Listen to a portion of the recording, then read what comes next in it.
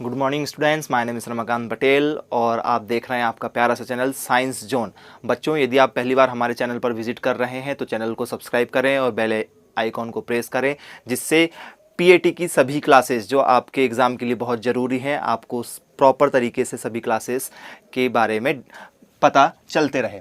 तो हम आज का टॉपिक देखते हैं, आपका चैप्टर नंबर 3 खाद एवं उर्वरकों का वर्गीकरण, मैन्योर्स एंड फर्टिलाइजर। इसके बारे में हम आज बात करते हैं। तो बच्चों, जो मैन्योर होता है या खाद होती है वो कितने प्रकार से होती है, तो उनके बारे में देख लेते हैं। पहला होता है भारी कार्बनिक खादें। भारी मतलब जो अपने वजन के अकॉर्डिंग समझ में आ रहा है कि क्या होगी, बल्कि ऑर्गेनिक मैन्योर होंगी, मतलब भारी होंगी। तो भारी में क्या क्या आता है, आपका हरी खादें हो गई, हरी खादों के साथ साथ में कंपोस्ट हो गया, कंपोस्ट के साथ साथ में आपकी गोबर खादें होंगी। तीन चीज़ें कौन कौन सी हो गई, ठीक है, तीन चीज़ें कौन कौन सी हो गई आपकी, एक होगी आपकी गोबर खाद, ठीक है, फिर दूसरी हरी खाद और तीसरी क्या होगी, कंपोस्ट। वो किसकी श्रेणी में आती है, आपकी भारी कार्बनिक खादों के अंतर्गत आती हैं। फिर हम बात करेंगे आपका सांद्रित कार्बनिक खादें, मतलब कंसंट्रेट ऑर्गेनिक मैन्योर। तो इसमें कौन सी चीज़ें आएंगी, इसमें जैसे तेल है, खली है, ठीक है, या रक्त की खाद है, या फिर और भी जो अन्य चीज़ें हैं वो किसके अंतर्गत आएंगी, सांद्रित कार्बनिक खादों के अंतर्गत आएंगी। बिल्कुल एक बार रिपीट सुनिएगा, कौन कौन सी चीज़ें आएंगी इसमें, तेल वाली चीज़ें, ऑयली जो चीज़ें हैं, या फिर हमारी खली जिससे भी ऑयल निकलता है वो हो गया, फिर या फिर रक्त की खाद आती है। तो वो सारी चीज़ें किस में आएंगी, सांद्रित में, मतलब जो कंसनट्रेट होता है, ठीक है, तो वो ऑयली चीज़ों के अंतर्गत आएगा। फिर आती है पार्श्व खादें, मतलब एनिमल मैन्योर। एनिमल मैन्योर में क्या आता है, हड्डियों की खाद आती है, रक्त की खाद आती है। तो ये सारी चीज़ें किसके अंतर्गत आती है, आपका पार्श्व खाद के अंतर्गत आती है। इसमें एक और ऊन की खाद भी लिया जाता है। कौन सी खाद आती है, ऊन की खाद। एक आता है हड्डियों की खाद, दूसरा आता है रक्त की खाद, तीसरा आता है ऊन की खाद। फिर हम बात करते हैं वनस्पतिक खाद। तो वनस्पतिक खाद मतलब जो वेजिटेबल हो, तो ये मैन्योर कौन सी होती, ये आपको पता है, हरी घास होती। क्लियर हो गया, ये कैसी आती है, हरी घास, ठीक है। फिर उसके बाद हम बात करते हैं आपका अकार्बनिक खाद, मतलब इनऑर्गेनिक मैन्योर। इनऑर्गेनिक मैन्योर में कौन कौन सी चीज़ें आते हैं वो भी देख लेते हैं हम लोग। तो आपका क्या होता है, पोटेशियम सल्फेट और सुपर फास्फोरस। पोटेशियम सल्फेट और सुपर फास्फोरस, ये दो चीज़ें किस में आती है, आपकी अकार्बनिक खाद में। कौन कौन सी चीज़ें, पोटेशियम सल्फेट और सुपर फास्फेट। फिर आता है आपका पूर्ण खाद, मतलब जो कंप्लीट रूप से बन चुका हो। तो हरी खाद जो आपकी होती है, ठीक है, जो कंपोस्ट के रूप में यूज़ किया जाती है, तो हरी खाद और कंपोस्ट ये किस में जाएगी, आपकी पूर्ण खाद के रूप में जाएगी। अब हम बात करते हैं अपूर्ण खाद के रूप में। अब अपूर्ण खाद क्या होती है, ऐसी खाद जिसमें क्या हो, एक या दो पोषक तत्व हो, तो वो क्या आती है, अपूर्ण खाद के रूप में आती है। तो इसमें मतलब एक या दो ही रासायनिक तत्व होते हैं जिनसे मिलकर क्या बनता है, अपूर्ण खाद। तो ज्यादातर जो रासायनिक तत्व होते हैं वो किस में आते हैं, आपके अपूर्ण खाद की श्रेणी में आते हैं। अब यदि हम बात करें कि जो उर्वरक होते हैं या फर्टिलाइजर होते हैं, तो फर्टिलाइजर क्या होते हैं, फर्टिलाइजर क्या होते हैं, फर्टिलाइजर में क्या आता है आपका यूरिया। तो पेपर में यूरिया का ही फॉर्मूला पूछ लिया जाता है, CO, ठीक है, NH2, ठीक है, होल, NH2 में क्या, होल ट्वाइस, तो CO NH2 होल ट्वाइस क्या हो जाता है, आपका यूरिया का फॉर्मूला हो जाता है। फिर अमोनियम सल्फेट इस कैटेगरी में आता है फर्टिलाइजर में, और पोटेशियम क्लोराइड इस श्रेणी में आता है। पोटेशियम क्लोराइड क्या हो जाएगा आपका, KCl आ जाएगा। क्लियर हो गया। अब हम बात करते हैं उर्वरकों का वर्गीकरण, मतलब क्लासिफिकेशन ऑफ फर्टिलाइजर। तो इसमें क्या आता है, नाइट्रोजनीकृत उर्वरक। तो आपने देखा होगा खेतों में जो किसान छिड़काव करते हैं वो नाइट्रोजन का करते हैं, क्योंकि काली जो मिट्टी होती है उसमें नाइट्रोजन की मात्रा क्या होती है, कम होती रहती है, तो इसलिए नाइट्रोजन उर्वरक। तो यूरिया का आपने देखा होगा, किसान अभी मक्का लगा हुआ तो यूरिया का छिड़काव करते हैं। फिर आता है अमोनिया, ठीक है, NH4 हमारा, NH2 NH4 वो सीरीज में चलते रहता है, ठीक है, सल्फेट। फिर है सोडियम नाइट्रेट का यूज़ करते हैं। क्लियर हो गया। मिट्टी आपकी जिस तरीके की है उसका परीक्षण करवा के, मिट्टी का परीक्षण करवा के क्या करते हैं वो लोग, ठीक है, अपने उर्वरक का छिड़काव करते हैं। फिर आता है नाइट्रेट उर्वरक। तो नाइट्रेट उर्वरक जो होता है, तो ये सब सोडियम नाइट्रेट मान के चलिए, क्या, सोडियम नाइट्रेट। सोडियम नाइट्रेट जो होता है, नाइट्रेट में कितने परसेंट होता है, 16% होता है। कैल्शियम नाइट्रेट, कैल्शियम नाइट्रेट में कैल्शियम कितने परसेंट होता है, 15% होता है। फिर आता है पोटेशियम नाइट्रेट, पोटेशियम नाइट्रेट कितने परसेंट होता है, 13% होता है। फिर आता है अमोनिया, तो अमोनियम नाइट्रेट कितना होता है, 33 से लेकर 35% के बीच में होता है। अब जो अमोनिया उर्वरक होते हैं, ठीक है, जो अमोनिया से मिलकर बनते हैं, तो उसमें जो हमारा क्या है, सोडियम, ठीक है, वो कितने परसेंट होता है, मतलब नाइट्रोजन कितने परसेंट होता है, 20.6% होता है। अब यदि हम गंधक की बात करें, गंधक कितने परसेंट होता है, 20% होता है। अब आते हैं एमाइड फर्टिलाइजर या एमाइड उर्वरक के बारे में यदि बात करें, तो यूरिया कितने परसेंट होता है, 46% होता है एमाइड में। कार्बन का कितना परसेंट होता है, 20%। क्लियर हो गया। या फिर उससे बढ़कर कितना आ जाता है, 26.64% के बीच में होता है। तो इस तरीके से आपको ये ठीक है, परसेंटेज याद ना भी हो तो कोई दिक्कत नहीं, लेकिन आप फिर भी याद रखिएगा कि लगभग लगभग, ठीक है, ये सारी चीजें आपको, ठीक है, एक बार देखना जरूर होगा पेपर के उससे। अब हम बात करेंगे कुछ इंपॉर्टेंट फॉर्मूले के बारे में, तो उस फॉर्मूले के बारे में हम देख लेते हैं जो आपसे पेपर में पूछे जा सकते हैं। जैसे सिंगल सुपर फास्फेट, इसका किसान ज्यादा यूज करते हैं, तो CaH2, ठीक है, PO4 क्या होता है, CaH2PO4। अब आ जाता है कि डबल, तो डबल में क्या लग जाएगा, ट्वाइस लग जाएगा। अब आता है ट्रिपल सुपर फास्फेट, तो थ्राइस CaH2PO4 होल ट्वाइस आ जाता है। फिर जिप्सम की बात करेंगे तो क्या होता है, CaSO4 इंटू, ठीक है, ट्वाइस H2O, तो याद रखेंगे CaSO4 into twice H2O। Clear हो गया। अब हम बात करेंगे जैसे POP आ जाता है कई बार, प्लास्टर ऑफ पेरिस, तो इसका क्या हो जाता है, हाफ हो जाता है, 1/2 हो जाता है। क्लियर हो गया। CaSO4 इंटू में क्या जाता है, 1/2 हो जाता है, SO, तो क्या आ जाता है, POP प्लास्टर ऑफ पेरिस का। फिर चूना पत्थर आ जाता है, CaCO3, चूना पत्थर क्या हो जाता है आपका, CaCO3 हो जाता है। फिर आ जाता है iron peroxide, FeSO4, iron peroxide क्या बोलते हैं, FeSO4 हो जाता है। फिर आता है बोरेक्स, बोरेक्स क्या हो जाता है, Na2B4O7 इंटू 10H2O, क्या होता है, Na2B4O7 इंटू 10H2O। क्लियर हो गया। इसके बाद में आता है बोरिक अम्ल, बोरिक अम्ल क्या होता है, H4BO3, H4BO3। उसके बाद में आ जाता है बिना बुझे चूने, मतलब CaO, ठीक है, इसको क्या बोलते हैं, कैल्शियम ऑक्साइड, बिना बुझे चूने का फॉर्मूला हो जाता है। फिर आता है सोडियम, ठीक है, मोलिब्डेनेट, तो Na2MO, MO मतलब होता है molybdenum, Na2MoO4 into twice H2O। एक बार रिपीट करेंगे, Na2MO, M मतलब molybdenum, O4 into twice H2O, ठीक है। फिर बात करेंगे अमोनियम मोलिब्डेनम, तो NH4 6 होल्ड 6, फिर है MO7 O24 into twice H2O। ये किसका होता है आपका, अमोनियम मोलिब्डेनम का, ये याद रखिएगा। फिर आता है मोलिब्डेनम सल्फाइड का क्या होता है, MOS2, MOS2 किसका होता है, मोलिब्डेनम सल्फाइड का होता है। फिर copper sulphate CuSO4 into 5H2O, CuSO4 into 5H2O, क्योंकि कॉपर का मतलब क्या होता है, Cu होता है, कॉपर। क्लियर हो गया। अब हम देखते हैं पोषक तत्व एवं उनकी मुख्य भूमिका, एलिमेंट्स एंड इट्स रूल्स। तो ये कुछ जो फॉर्मूले हमने इससे पहले देखे हैं, इन फॉर्मूलों को आप बिल्कुल एक दो बार पढ़ेंगे तो बिल्कुल आपको बनेंगे। तो एलिमेंट्स एंड इट्स रूल्स देख लेते हैं। तो बेसिक संरचना क्या होती है कि जो भी हमारे एलिमेंट्स हैं, पोषक तत्व हैं, उसमें जो प्रायोरिटी है, मुख्य जो घटक होते हैं वो क्या होते हैं, कार्बन, हाइड्रोजन और ऑक्सीजन। CHO का मतलब क्या होता है, कार्बन, हाइड्रोजन और ऑक्सीजन। उसके बाद में हम देखते हैं ऊतक निर्माण, जो टिश्यू निर्माण में जो एलिमेंट सहयोग करते हैं वो क्या होते हैं, कार्बन, हाइड्रोजन, ऑक्सीजन, नाइट्रोजन, ठीक है, और फास्फोरस और सल्फर।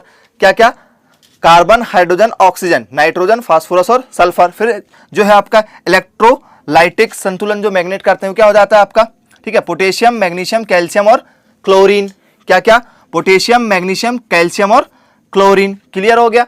इसके बाद में आता है स्केटल तत्व जो होते हैं आपके, कॉपर है, मैग्नीज है और फास्फोरस है। क्लियर हो गया, कॉपर, मैग्नीज और फास्फोरस। अब ऊतक संग्राही जो होते हैं क्या होते हैं, कार्बन, नाइट्रोजन, फास्फोरस और सल्फर होते हैं। फिर आते हैं स्थानांतरण नियामक के रूप में, तो इसमें क्या आते हैं आपका पोटेशियम, ठीक है, फिर आपका सोडियम, कैल्शियम और मैग्नीशियम। फिर आते हैं ऑक्सीकरण और अवकरण। ऑक्सीकरण क्या होते हैं, जिसमें इलेक्ट्रॉन क्या करते हैं, वो त्यागते हैं, और अवकरण में इलेक्ट्रॉन ग्रहण करते हैं, मतलब एक ऑक्सीकारक होता है और एक, ठीक है, तो या इसको हम इंग्लिश में क्या बोलते हैं, ऑक्सीडेशन और रिडक्शन बोलते हैं, दाता और ग्राही के रूप में काम करते हैं। तो क्या होते हैं, Fe, iron, manganese, copper, boron, molybdenum, zinc और कोबाल्ट। क्लियर हो गया। अब हम देखते हैं नेक्स्ट टॉपिक क्या आपका, गोबर की खाद। गोबर की खाद कैसे मिलती है, गोबर से, मलमूत्र से और बिछावन से।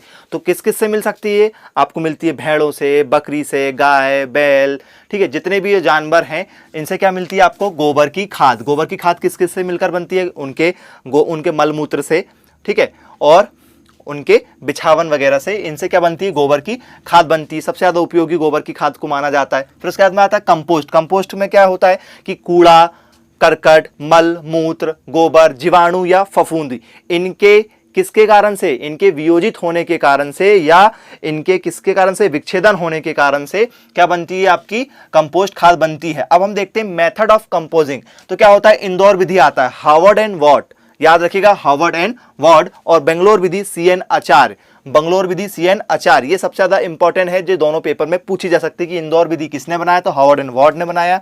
बंगलोर विधि किसने बनाया, तो बोले CN आचार्य ने बनाया। फिर आता आपका एडको विधि, फिर उत्प्रेरित कंपोस्ट विधि, फिर आता आधुनिक विधि। तो ये जनरली है, ठीक है, तो इनके नाम बस याद रखिएगा। अब आप बात करते हैं हरी खाद, ग्रीन मैन्योर। हरी खाद क्या होती है, आपने देखा होगा खेतों के ऊपर गाजर घास लगी रहती है, कोई भी चारा लगा हुआ रहता है, या आपकी कोई भी फसल लगी रहती है, तो क्या कर सकते हैं हम लोग, अब वो जमीन के अंदर चल जाए, सड़ गल जाए, तो वो खाद बन जाती नहीं। ग्रीन खाद क्या होती है कि जमीन के ऊपर जो भी आपकी फसल लगी है, या जो भी गाजर घास लगा हुआ है, या कोई भी ऐसा चारा वगैरह लगा हुआ है, वो क्या होता है, उसको क्या कर सकते हैं, जैसे हम प्लाऊ चला दें, प्लाऊ चलाने के साथ साथ में रोटावेटर चलवा दें, या फिर क्या हो जाए, आप क्या खेतों का क्या कर सकते हैं, बखरानी कर सकते हैं, या जुताई कर सकते हैं, जिसको हम कहते हैं। इसके कारण ही क्या होता है, जो ऊपर लगे हुए पेड़ हैं वो जमीन में क्या हो जाते हैं, दब जाते हैं। उनसे निर्मित खाद को ही हरी खाद कहते हैं। मतलब भू परपटी के ऊपरी भाग पर स्थित ऐसे, ठीक है, पेड़, ऐसे पौधे जो क्या हो जाए, ठीक है, उनके कटने के कारण क्या हो जाए, वो मिट्टी में दब जाए, उनसे जो खाद बनती है वही खाद कहलाती है ग्रीन खाद। क्लियर हो गया क्या? बिल्कुल। अब हम बात करते हैं जैविक उर्वरक, बायो फर्टिलाइजर। तो बायो फर्टिलाइजर, ठीक है, जो मानव निर्मित होते हैं हमारे, तो उसमें क्या होता है हमारा जैविक, जैविक क्या होते हैं, जो क्या होते हैं, जीवों से मिलकर बनते हैं। ठीक है, तो बिल्कुल इनके बारे में आप याद रखिएगा, ये सूक्ष्म जीवों द्वारा बनने वाले खाद होते हैं। ठीक है, ठीक है, ये किसके कारण से होते हैं, ह्यूमस के कारण। किसके कारण होते हैं, ह्यूमस के कारण। तो देखते हैं, इसमें पहला आता है राइजोबियम एनोकुलेट, ये किसके लिए होता है, दलहनी फसलों के लिए होता है। अब आते हैं नीलहरित शैवाल, धान के लिए होता है। फिर उसके बाद में एजेटोबैक्टर, ये भी धान के लिए होता है। बाजरा और ज्वार के लिए क्या होता है, एजेटोस्पिरिलम होता है। उसके बाद में फॉस्फेट के लिए क्या होता है, फॉस्फेट किस लिए होता है, भूमि की उर्वरक शक्ति को बढ़ाने के काम में आता है। क्लियर हो गया? एक बार रिपीट कर लीजिएगा आप, ये पेपर में पूछे जाने वाले क्वेश्चन है। राइजोबियम एनोकुलेट किसके लिए होता है, दलहनी फसलों के लिए यूज किया जाता है।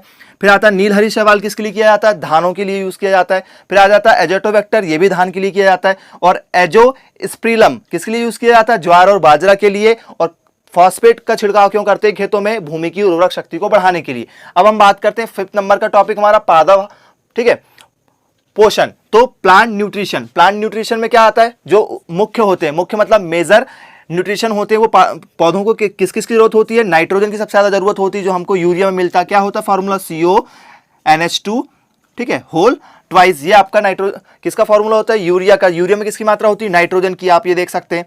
फिर आता है फास्फोरस, फास्फोरस के साथ फिर पोटेशियम।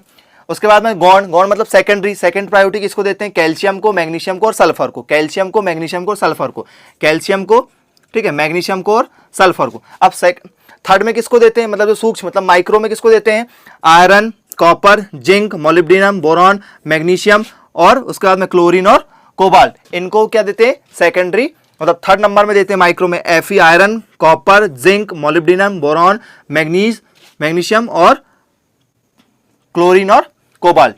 उसके बाद हम अब क्या करेंगे कि जो भी हमारे एलिमेंट हैं, सेपरेट सेपरेट एलिमेंट की इनका, ठीक है, हमारी फसलों में क्या योगदान है, इसके बारे में हम सेपरेट सेपरेट सभी के बारे में देखते हैं। ओके, कुछ आवश्यक तत्व, पोषक तत्व कौन कौन से हमारे, कार्बन। कार्बन किससे मिलता है आपको पता, वायुमंडल में क्या होता है, कार्बन डाइऑक्साइड होता है, वहां से क्या मिल जाता है आपको, कार्बन मिल जाता है। ठीक है, पौधों को। फिर ऑक्सीजन, ऑक्सीजन कहाँ से मिलता है आपको, वायु एवं जल से क्या मिल जाता है आपको, ऑक्सीजन मिल जाता है। और ऑक्सीजन और क्या, वाटर, मतलब कार्बन डाइऑक्साइड और पानी दोनों ही मिलकर क्या बनाते हैं आपका, ठीक है, प्रोटीन का, ग्लूकोज का निर्माण करते हैं, जो पौधों के जीवन के लिए या ग्रोथ के लिए जरूरी होता है। और क्या बनाते हैं, ऑक्सीजन का निर्माण करते हैं। कौन कौन, कार्बन डाइऑक्साइड जो आपको क्या मिल जाएगा, एटमॉस्फेयर में मिल जाएगा, और साथ में कौन, वाटर। दोनों ही मिलकर क्या बनाते हैं, C6H12O6, जो ग्लूकोज का फॉर्मूला है। और साथ में क्या बाहर निकलती है, ऑक्सीजन बाहर निकलती है। क्लियर हो गया? फिर हाइड्रोजन, हाइड्रोजन क्या करता है, पौधों की वृद्धि करता है। याद रखिएगा, पौधों की वृद्धि कौन करता है, हाइड्रोजन। नाइट्रोजन क्या करता है, न्यूक्लिक अम्ल और विटामिन और प्रोटीन की क्या करता है, पूर्ति करता है। नाइट्रोजन क्या करता है, न्यूक्लिक अम्ल, विटामिन और प्रोटीन की कमी पूरी करता है। साथ में एमाइड्स, ठीक है, एल्कलाइड्स तथा प्रोटोप्लाज्म की भी पूर्ति करता है। साथ में फास्फोरस क्या करता है, फल एवं बीज बनाने का काम करता है। मतलब फास्फोरस क्या होता है, जिससे फल एवं बीज जल्दी, ठीक है, बनते हैं। उसके बाद में पोटेशियम क्या करता है, रोगों को दूर करता है। रोग मुक्त कौन करता है, पोटेशियम करता है। कैल्शियम क्या करता है, प्रोटीन संश्लेषण की क्रिया में भाग लेता है। कैल्शियम क्या करता है, प्रोटीन संश्लेषण की क्रिया में भाग लेता है और प्रोटीन का निर्माण करता है। मैग्नीशियम क्या करता है, शर्करा का निर्माण करता है। पौधों में किसका निर्माण करता है, शर्करा का निर्माण करता है, और पौधों के रूट्स को क्या करता है, अच्छे से बना के रखता है। फिर आता है सल्फर, सल्फर क्या करता है, क्लोरोफिल निर्माण में भाग लेता है। आयरन क्या करता है, कोशिका विभाजन में मदद करता है। कोशिका के विभाजन में कौन मदद करता है, Fe मतलब आयरन। मैग्नीज क्या करता है, पर्णहरित ठीक है, की क्रिया में भाग लेता है। मैग्नीज क्या करता है, पर्णहरिम की क्रिया में भाग लेता है। जिंक क्या करता है, प्रोटीन, ठीक है, कैरोटीन तथा सिट्रिक अम्ल के निर्माण में सहायक होता है। जिंक क्या होता है, प्रोटीन, ठीक है, कैरोटीन और सिट्रिक अम्ल के निर्माण में काम होता है, कार्य करता है। फिर कॉपर क्या करता है, एंड्रोल और एसिटिक अम्ल के निर्माण में सहायक होता है कॉपर। बोरॉन क्या करता है, पराग एवं प्रजनन की क्रिया को सहायक करता है। पराग एवं प्रजनन की क्रिया में सबसे ज्यादा सहायक कौन होता है, बोरॉन होता है। मॉलिब्डेनम क्या करता है, नाइट्रोजन की स्थिरीकरण, नाइट्रोजन की मात्रा को कम ज्यादा ना हो तो उसको स्थिर करता है। फिर क्लोरीन क्या करता है, ठीक है, रंगीन वर्णक, मतलब जो पौधों का कलर होता है उसका काम करता है। तो एंथ्रोसाइसिन के निर्माण में काम करता है, एंथोसाइनिन के निर्माण में काम करता है। क्लियर हो गया? आप एक बार और अच्छे से रिवाइज कीजिएगा। Thank you for watching this video. Have a nice day.